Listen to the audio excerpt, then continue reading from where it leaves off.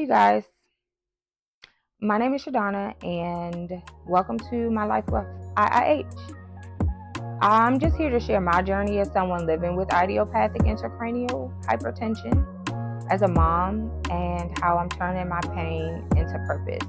So if you or someone you know or love is living with a chronic illness, just know that you are not alone here. Today, I just want to share with you guys how it all started for me, because getting diagnosed with IIH changed my life in ways that I just never expected.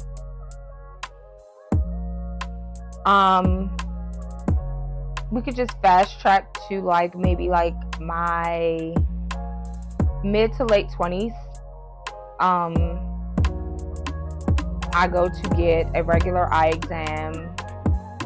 I want to say it was at America's Best or Vision Works or somewhere like that. And the lady, she's like, your optic nerves are really, really swollen. I'm going to refer you out to see a neurologist. And I'm not going to lie, I regret this decision to this day. But at that time in my life, taking my health serious was just not a priority for me. Again, I was in my mid-20s. I wasn't thinking about how serious something could be or what the consequences would be. I was thinking about being outside. And I'm just being honest. So she gives me the referral. I never go. Keep in mind, I said I was in my mid to late 20s. So years go on and the headaches progress and they become more painful, and my vision started changing mildly. And when I say changing, I mean I was seeing little dots here and there. I call them either wiggly worms or lightning bolts. I would see them, but they wouldn't last for long periods of time. And again, the pain with the headaches, I was diagnosed with chronic migraines, so I literally just took it as my migraines are just getting worse. So my neurologist at the time, they're just upping my medication, okay. So now we fast forward to 2019, and the headaches are ridiculous. And I mean, I would take a migraine headache over the pain that you feel with these kinds of headaches. It's a pain that I always say it's something if I could just pull my scalp back and just take my brain out or something. I don't know. The pain is out of this world. But anyway, I'm driving home, and I was driving home with someone at the time. I'm going to go pick up my daughter. I have a 10-year-old. Her name is Kinley. You guys will meet her at some point. And we get to I can't remember if it was a light or a stop sign. I just know we were stopped. And the fog comes, the lightning bolts or the worms, whatever you want to call them. And so I'm rubbing my eye because I'm thinking dang, did something get in my eye? What is going on? I wear makeup, did mascara, something. So I'm just constantly doing this. And next thing you know,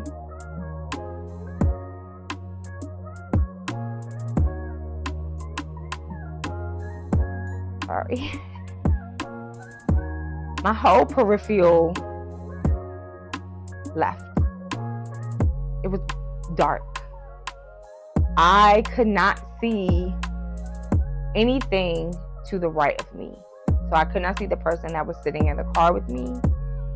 nothing. I could see nothing out of my peripheral. I immediately start panicking because I'm like, what the is going on? Like, what is happening to me? I didn't know. So I'm crying, I'm scared, I'm lost because I'm like, what is going on? So we had to like switch places because I was too out of here. Like I couldn't operate a vehicle at that time. So we get home, and should I have went to the emergency room? Probably. But I don't know why I didn't. I just immediately said, I'm going to call a nurse's line.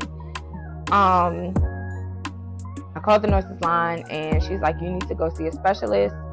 And I'm not trying to be funny. I can't really remember like how she said it. I just know she said it like, I don't want you going to America's Best or Vision Works. Like, I need you to find like an optometrist specialist, like a facility, like that type of thing.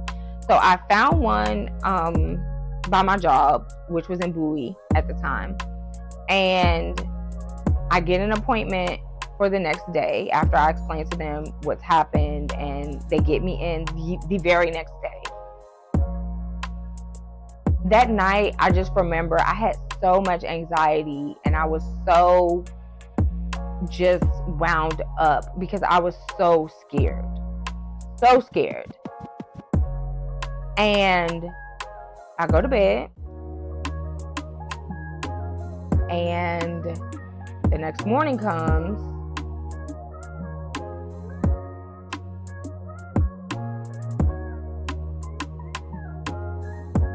and I wake up and I have no vision in my right eye.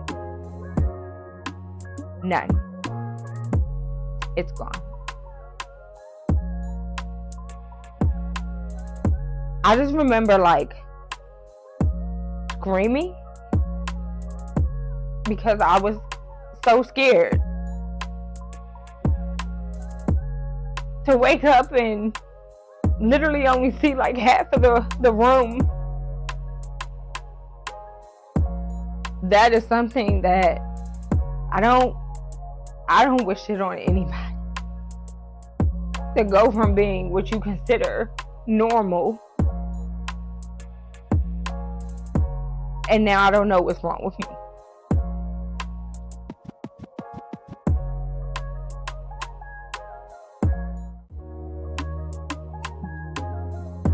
I just felt helpless.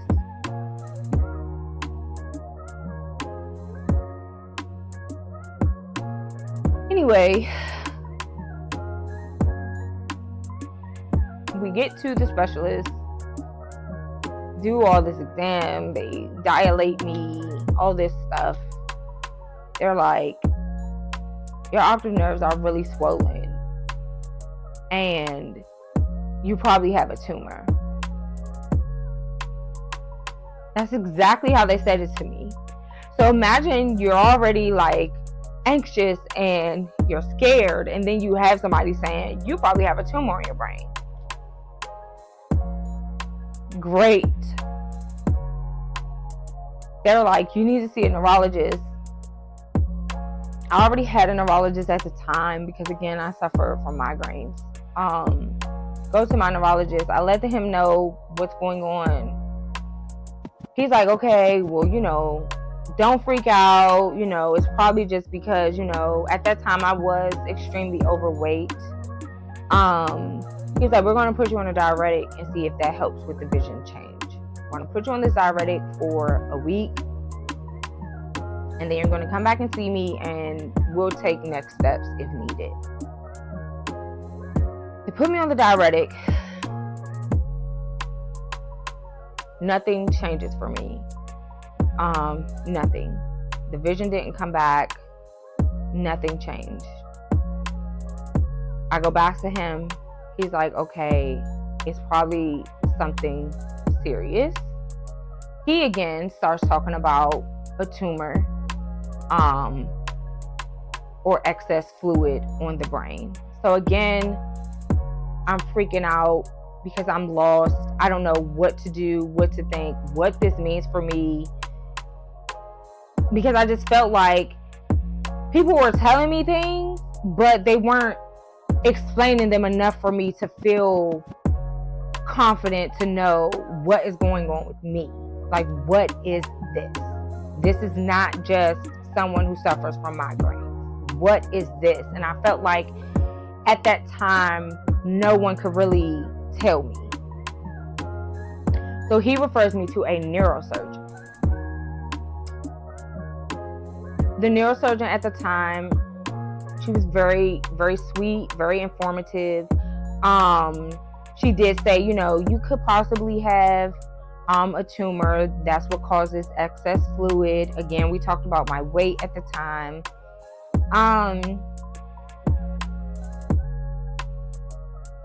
So again, I just keep hearing this tumor. That's all everybody kept saying was tumor this, tumor that. Your weight, and when you think of a tumor, you just think of I don't know, for me, I just think of this mass, bulge or something. I'm like, I don't have that in my head. I don't have a knot. I don't have, I don't have that. So she refers me to go get, I had to go get an MRI, and I had to get a lumbar puncture. And for those of you that don't know what a lumbar puncture is when they take this really long needle, they go in your back to collect your spinal fluid, and they pull fluid off your spine. It is one of the most painful things ever. So I go get the MRI first, and when you get those type of things done, the person who conducts the procedure, they don't tell you what your diagnosis is, what they found, what they saw. They let your provider tell you that. So again, it's just this constant anxiety of the wait until the next appointment, the wait to, is somebody finally going to tell me what is going on with me, And I go get the lumbar puncture. The way he explained it to me, a normal person's spinal fluid is not supposed to be any more than 15 to 20. I want to say milliliters. I don't know if it's milliliters, milligrams. I'm not sure. Don't quote me, please, and don't judge me. But it's between 15 and 20. 20 is the max. He pulled mine, and mine was measuring at 44. He immediately said, "You need to see a neurosurgeon." And I'm like, I'm already seeing a neurosurgeon. I've already done this. He's like, "Are you getting an MRI?" And I'm like, "I've already done that." He's like, "Okay." He's looking at my chart. He, sees that I am seeing the providers, and he just says that this is not normal. So again, this is another provider that is saying something is wrong, but not saying what is wrong. And I just remember breaking down with my mom, and I'm just I just want to know what's wrong with me. Is my vision going to come back? I just wanted to know what was wrong with me. What was wrong with ShaDonna? I just wanted to know what was wrong. Because as a mom, you have to plan things out and just, figure it out. And I just felt like I was all over the place. I just felt lost again. I just felt like I just didn't know. I just didn't know.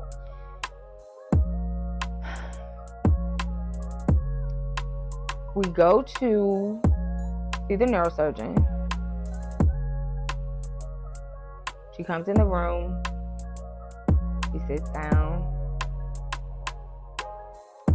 And she tells me, she says, "You have what's called